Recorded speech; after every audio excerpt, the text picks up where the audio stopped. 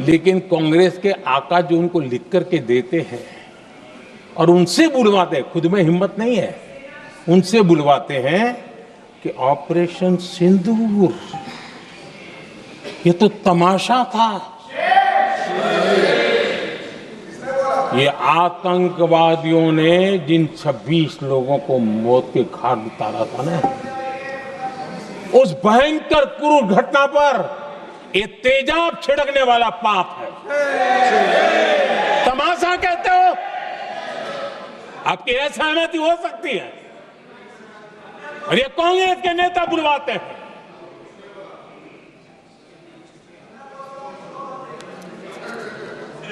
आदरणीय अध्यक्ष जी, पहलगाम के हमलावरों को कल हमारे सुरक्षा बलों ने ऑपरेशन महादेव करके अपने अंजाम तक पहुंचाया।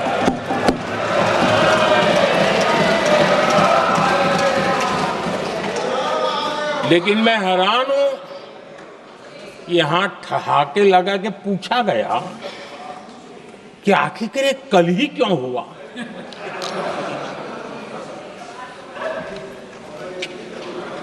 अब ये क्या हो गया है मुझे समझ नहीं आ रहा है। क्या ये ऑपरेशन के लिए कोई सावन महीने का सोमवार ढूंढा गया था क्या? क्या हो गया है इन लोगों को?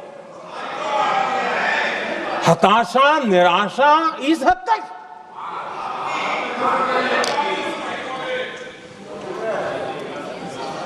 और देखिए मजा, पिछले कई सप्ताह से हाँ ऑपरेशन सिंदूर वगैरह तो ठीक है, पहलगाम के आतंकियों का क्या हुआ, पहलगाम के आतंकियों का अब हुआ तो कल क्यों हुआ?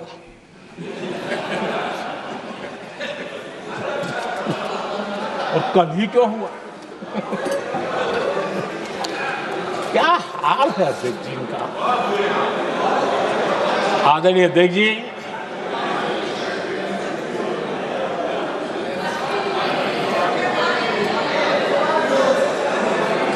आदरणीय अध्यक्ष जी, शास्त्रों में कहा गया है, हमारे शास्त्रों में कहा गया है, शस्त्रेण रक्षिते राष्ट्रे, शस्त्रेण रक्षिते राष्ट्रे शास्त्र चर्चा प्रवर्तते। अर्थात जब राष्ट्र शस्त्र से सुरक्षित होते हैं तभी वहां शास्त्र की, ज्ञान की चर्चाएं जन्म ले पाती है। जब सीमा पर सेनाएं मजबूत होती है तभी लोकतंत्र प्रखर होता है। आदरणीय अध्यक्ष जी, ऑपरेशन सिंदूर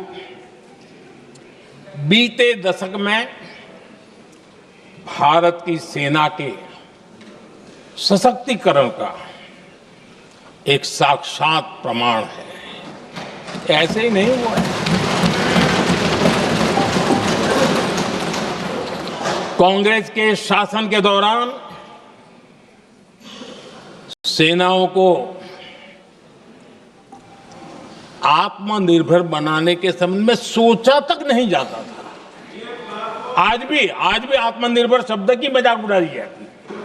वैसे वो महात्मा गांधी से आया हुआ है, लेकिन आज भी मजाक उड़ाई जाती है। हर रक्षा सौदे में कांग्रेस अपने मौके खोजती रहती थी।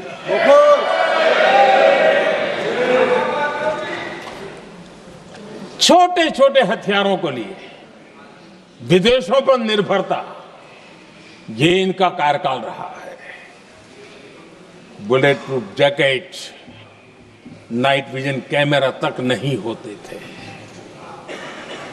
और लंबा लिस्ट है, जीप से शुरू होता है, बफोर, हेलीकॉप्टर, हर चीज के साथ घोटाला जुड़ा हुआ है। आदरणीय अध्यक्ष जी, हमारी सेनाओं को आधुनिक हथियारों के लिए दशकों तक इंतजार करना पड़ा। आजादी के पहले और इतिहास गवाह एक जमाना था जब डिफेंस मैन्युफैक्चरिंग में भारत का आवाज सुनाई देती थी। जिस समय तलवारों से लड़ा जाता था ना, तब भी तलवारें भारत की श्रेष्ठ मानी जाती थी। हम डिफेंस के इक्विपमेंट में आगे थे। लेकिन आजादी के बाद जो एक मजबूत डिफेंस इक्विपमेंट मैन्युफैक्चरिंग का हमारा दायरा था,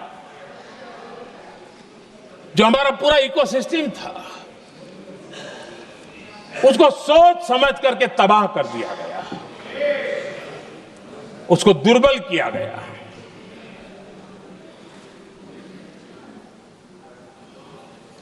रिसर्च और मैन्युफैक्चरिंग के लिए रास्ते बंद कर दिए गए।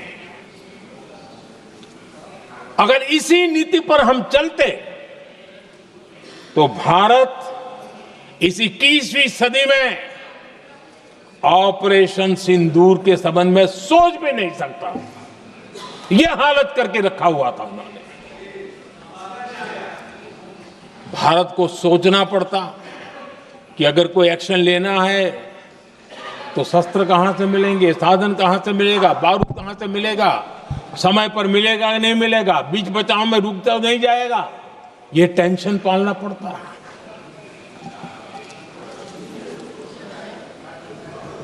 आदरणीय अध्यक्ष जी, बीते एक दशक में मेक इन इंडिया हथियार सेना को मिले, उन्होंने इस ऑपरेशन में बहुत निर्णायक भूमिका निभाई।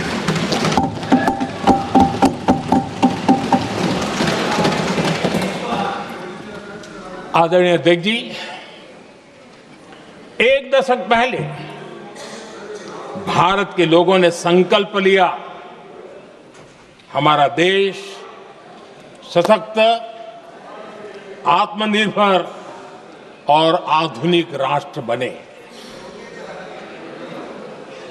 रक्षा, सुरक्षा, हर क्षेत्र में बदलाव के लिए एक के बाद एक ठोस कदम उठाए गए, सीरीज ऑफ रिफॉर्म्स किए गए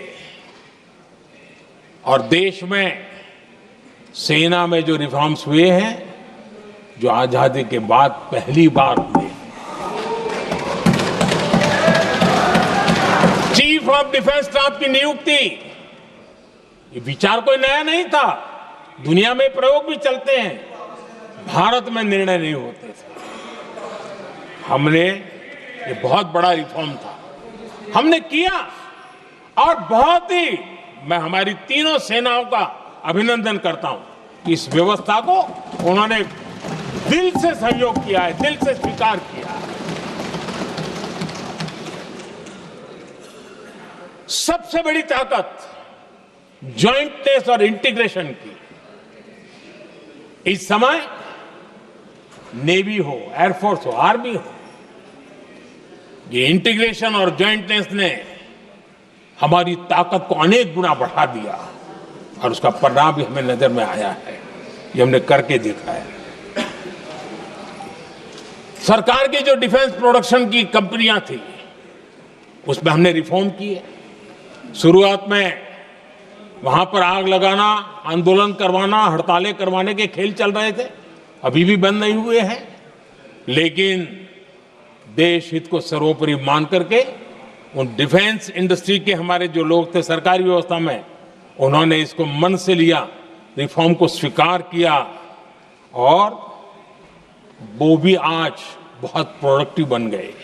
इतना ही नहीं, हमने प्राइवेट सेक्टर के लिए भी डिफेंस के दरवाजे खोल दिए हैं और आज भारत का प्राइवेट सेक्टर आगे आ रहा है।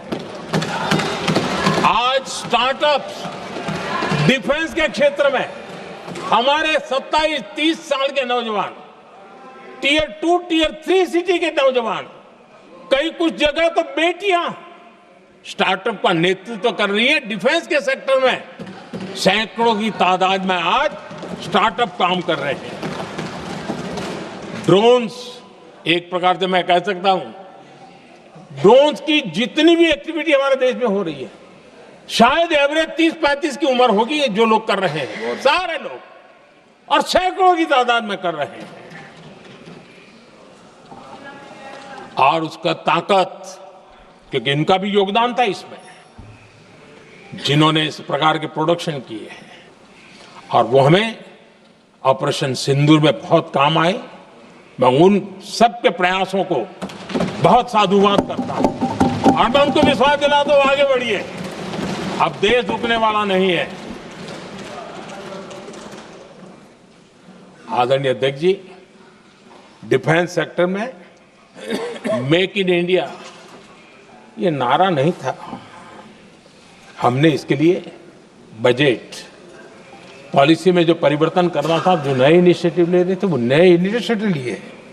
और सबसे बड़ी बात, क्लियर कट विजन के साथ हमने देश में make in India defence sector के अंदर तेज गति से हम आगे बढ़ रहे हैं। आदरणीय अध्यक्ष जी, एक दशक में डिफेंस का बजट लगभग पहले से 3 गुना हुआ है। डिफेंस प्रोडक्शन में करीब करीब 250% वृद्धि हुई है, 250% वृद्धि हुई है। 11 वर्षों में डिफेंस एक्सपोर्ट 30 गुना से भी ज्यादा बढ़ा है, 30 गुना से ज्यादा। डिफेंस एक्सपोर्ट आज दुनिया के करीब 100 देशों तक हम पहुंचे। और आदरणीय अध्यक्ष जी, कुछ चीजें ऐसी होती हैं जो इतिहास में बहुत बड़ा प्रभाव छोड़ती हैं। ऑपरेशन सिंदूर ने डिफेंस का जो मार्केट है उसमें भारत का झंडा गाड़ दिया है। भारत के हथियारों की डिमांड आज बढ़ती चली जा रही है, मांग बढ़ रही है। ये भारत में उद्योगों को भी बल देगी, एमएसएमई को बल देगी, हमारे नौजवानों को रोजगार देगी, और हमारे नौजवान अपनी बनाई चीजों से दुनिया में अपनी ताकत का प्रदर्शन कर पाएंगे। ये आज दिख रहा है, मैं देख रहा हूं। डिफेंस के क्षेत्र में जो आत्मनिर्भर भारत की दिशा में हम जो कदम उठा रहे हैं, मैं हैरान हूं। कुछ लोगों को आज भी तकलीफ हो रही है, जैसे उनका खजाना लूट गया। ये कौन सी मानसिकता है? देश को ऐसे लोगों को पहचानना होगा। आदरणीय अध्यक्ष जी, मैं स्पष्ट करना चाहता हूं, डिफेंस में भारत का आत्मनिर्भर होना ये आज की शस्त्रों की स्पर्धा में के काल में विश्व शांति के लिए भी जरूरी है।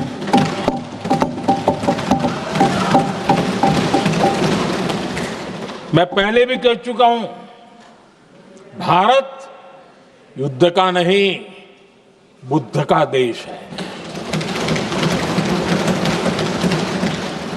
हम समृद्धि, शांति चाहते हैं, लेकिन हम ये कभी न भूले कि समृद्धि का और शांति का रास्ता शक्ति से ही गुजरता है।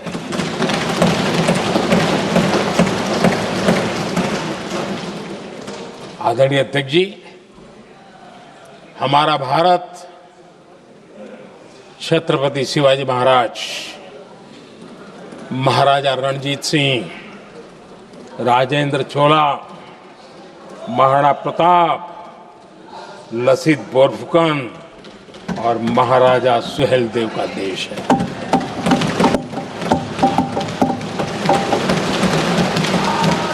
आदरणीय अध्यक्ष जी, हम विकास और शांति के लिए सामरिक सामर्थ्य पर भी फोकस करते हैं।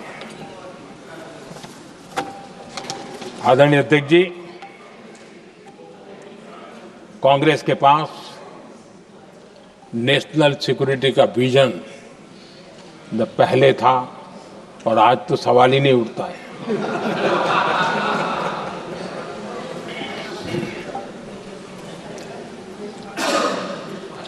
कांग्रेस ने हमेशा नेशनल सिक्योरिटी पर समझौता किया।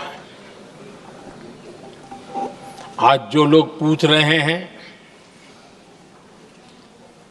पीओके को वापस क्यों नहीं लिया, वैसे ये सवाल मुझे ही पूछ सकते हैं और किसको पूछ सकते हैं।